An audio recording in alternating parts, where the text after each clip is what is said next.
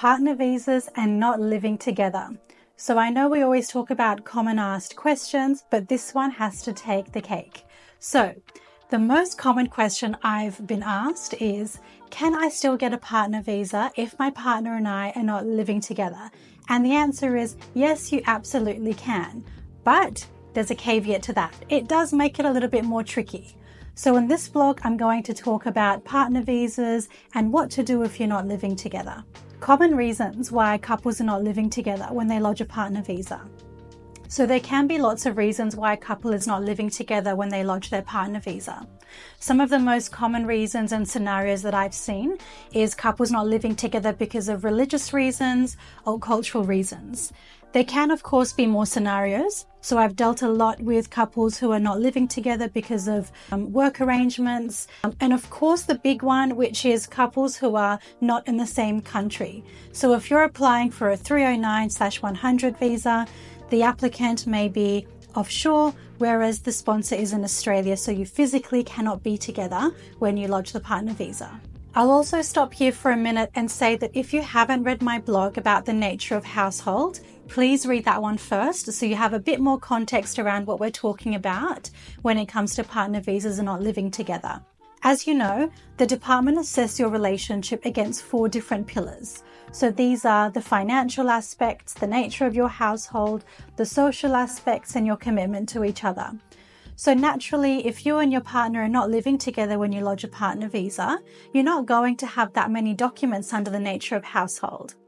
Now, luckily, the legislation and policy doesn't say that you need to have an equal amount of documents across each 4 of those categories, but it does mean that the department will look at your application more closely. You still need to demonstrate that you're either in a de facto relationship or spousal relationship. One piece of advice I give to couples who are not living together and lodging a partner visa is that you need to compensate for the lack of evidence.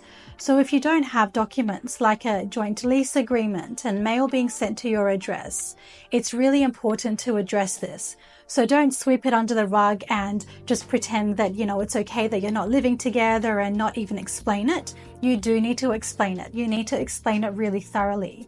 So this is where your relationships come in handy.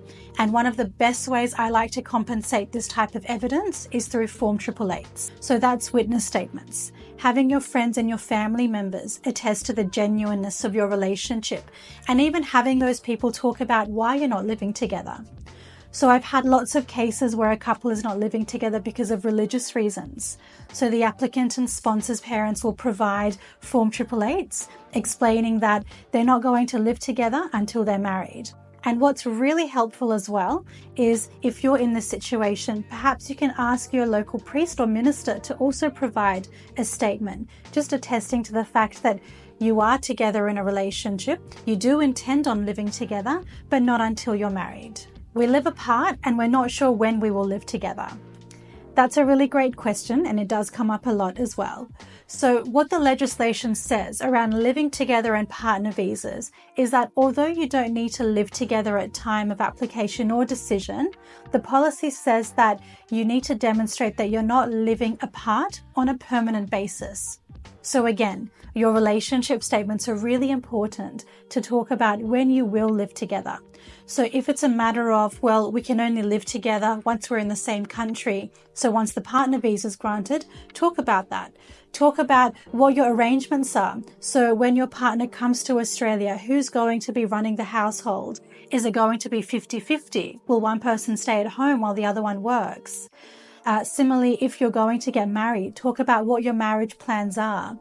If someone is working remotely, so if it's a FIFO situation, then talk about when that contract comes to an end so that you can live together. So all of this evidence is really important to establish that we do have plans on living together in the very near future and we're not living apart on a permanent basis. What if we've never lived together? Can we still be de facto?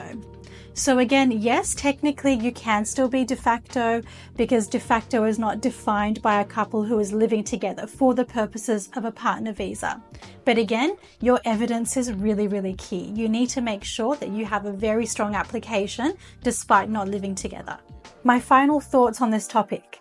So although you don't need to be living together to lodge a partner visa, your case does become automatically a little bit more high risk. So I do strongly encourage you to have some level of support with your application.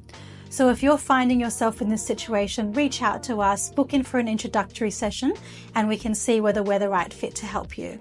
Thanks for watching. Please hit the like and subscribe button and head on over to thepartnervisaacademy.com.au. See you in the next video. This blog is intended for general information only and does not constitute immigration advice.